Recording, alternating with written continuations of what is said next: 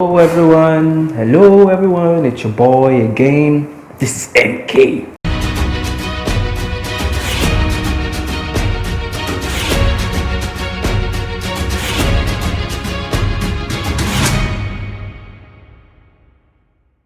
So my wife has asked me to champion this series. It's actually a med series, so I'm glad to be doing this with you. Basically, what inspired this episode is the recent discussions that we've been having with friends and a couple of my patients, and I thought it's a good thing to use this platform to bring you these truths. Okay, so basically, we're going to be dealing with contraception and the Christian home. Contraception and the Christian home. I didn't say Christian relationship. I didn't say boyfriend, girlfriend. I said what? A Christian home. It is very important because this is one topic that has its own different sides. I'm sure by now you've heard different sides of this story. But today I'm going to be outlining some truth as a medical personnel, and so that you can also, pick one or two things that you may wish to pick. Okay, so first and foremost, I want to start off with the definition of contraception. In layman terms, contraception means the intentional measures put in place by an individual, a man, a woman, in order to prevent contraception or procreation. Okay, you decide as a couple that we don't want a child. We can't father or mother this child, so it's not time for this child to come. So you decide, okay, I'm going to do this. So that is what contraception means. Okay, so to take us further, I'm going to be outlining 3 basic facts about contraception and what you should know. Okay, number 1, contraception is not a sin. It is not a sin. Contrary to some of the argument that some of our Christian brothers have imbibed. They believe that anything that goes against the decrees of Genesis chapter 1 verse 26 is anti-scripture. No. Yes, the decree of be fruitful and multiply has been made, but you can't bring in a child to suffer in the name of I want to be fruitful. I don't know. That is why God gave you brain, that you should think. You are not a robot. You have sense. So if you think that you cannot cater for this child, you put in place measures to stop this child from coming. So it is not a sin. Don't allow anyone to deceive you. This is the truth. It is not a sin. Show me a place in the Bible that says any man that does contraceptive measures is a sinner. Show me. Show me. So it is not a sin. Number 2 fact is contraception has never been a known cause of permanent infertility. Yes. Amidst the fear that contraception can cause permanent infertility, I think it's because of lack of information that has been placed out there. The truth is, contraception, because some of them can be hormonally related, might, play with your hormones, your cycle, but those things are just transient. That whole episode, post-contraceptive measures, they are all transient.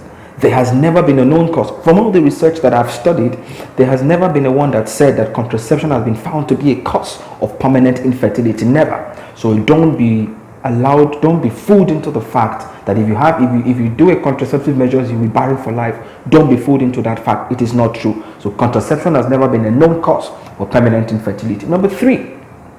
One of the best facts that I have is that contraception helps to improve the life of the couple and their current state. How? A couple decides that they want to have 4 children.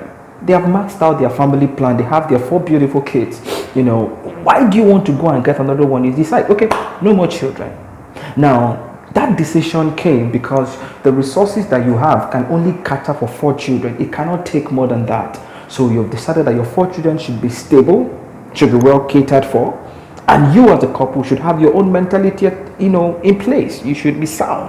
Because you see a lot of couples, because they have a lot of children, they are financially perturbed, and they take out that frustration on their children, both the ones that they currently have and the one that is newly born. You find out that what was the need? If you can't cater for that child, why bringing that child to the world to suffer for what he or she shouldn't have suffered? So it is not a sin, number one. It is not a permanent cause for infertility. And number three, it helps to improve the life of the couple and their present family state, whatever it is. All right. I hope you got that. Okay, so I was just thinking, probably I should just add up, I should just shed more light on contraceptive measures. So I will do that by telling you the different methods of contraception. All right, we have various methods. The first one is the long-acting reversible contraceptive measure. That one we have the intrauterine device that can last up to 3, 5, 10 years depending on the one that you use. And we also have the implant. That one lasts for 5 years. In fact, sometimes some people call this the fit and forget contraceptive measure. So once you put it, it lasts longer than the rest. It's one of the most effective measures of contraception. Don't worry, I'm going to be listing all the methods for you. But one thing I want you to do is, after this video, consult your gynecologist to find out which one suits you. Okay, let's not rush. Go back. Another method that we have is the hormonal contraceptive measure. That one, the use of pills. We have two types of pill. We have the combined oral contraceptive pill, and we have the progestin only contraceptive pill. Both of them have their different peculiarities, so your gynecologist can tell you more. The second type of hormonal contraceptive measure is the Depo-Provera. It's an injection that you inject every 3 months. Okay, so every 3 months you go, they inject you. It's also effective. I think its efficacy is about 95%. So it's quite good depending on how long you want to prevent your pregnancy. This hormonal contraceptive use your hormones to prevent your pregnancy. So let your gynecologist and you decide which one you want to use. The most popular one, which people always know, is the barrier methods. We have that of the condom, male and female. So that one also is good. As the action is about to happen, you slip it in and you get on with it, you know. So it's quite good, quite reliable, depending on what your gynecologist will say to you. We have the fourth one, the permanent methods. Okay, I don't want to talk about the emergency contraception because that one is either you use the copper device or some pills. Forget about that. Talking about the major ones. We have the permanent contraceptive measure. That one is when you decide that you don't want to have any children. Religion still plays a part here. People think that we don't know what happened tomorrow. What if I lose all my children? What if you don't? So you can decide, I want to stop. I don't want to ever have any child. Two methods: tubal ligation. That is for the woman. The woman can decide, I want to tie my fallopian tube so that eggs will not be blah blah blah released. And then the man might decide to do vasectomy. Vasectomy is when the vas deferens, I think the vas deferens is the sperm is produced from the testicles. Now the sperm travels through the vas deferens to mix with your semen. So if you tie your vas deferens, that means there will be sperm produced, but the sperm will be absorbed in the body. It will not mix up with your semen. Okay, so you can decide to do a vas deferens. Now, the one that the Christian folks, a lot of religious folks like, is the natural methods. They call that, in science, we call it fertility awareness. That is the one you use. There's a calculation for safe period. There are a lot of methods to calculate safe period. Because of time, I don't want to dabble into any, but easy. Just go on Google, type out safe period calculator. There is a calculator that you input your ovulation days, you input your menstrual cycle. So your safe period is relative to your menstrual cycle. So I think that's the best help I can give to you. Okay, some other folks want to bring in withdrawal method as a natural method. Baba, they'll be saying, I be king for withdrawal. One day you go peak. You go peak. Yeah. So, and then you now be rushing for the emergency contraception. What's the point? Do the right thing. Do the right thing. I don't like when I see patients and they say, I don't like withdrawal method, but they come to me and say, doctor, I want to take it out. And in Nigeria, abortion is not legal. Let's not go there. So Withdrawal, it hurts my ears. I hate hearing people saying withdrawal method is what they like. I think my job here was to just come and let you know what's up with contraception and how it is important that you look into it as another entity of healthcare.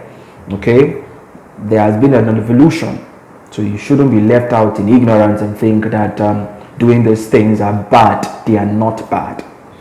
So to recap, what did I say about contraception? It is not a sin. Number 2, it is not a permanent cause for infertility. And number 3, it helps to improve the life of the parent and their current family state.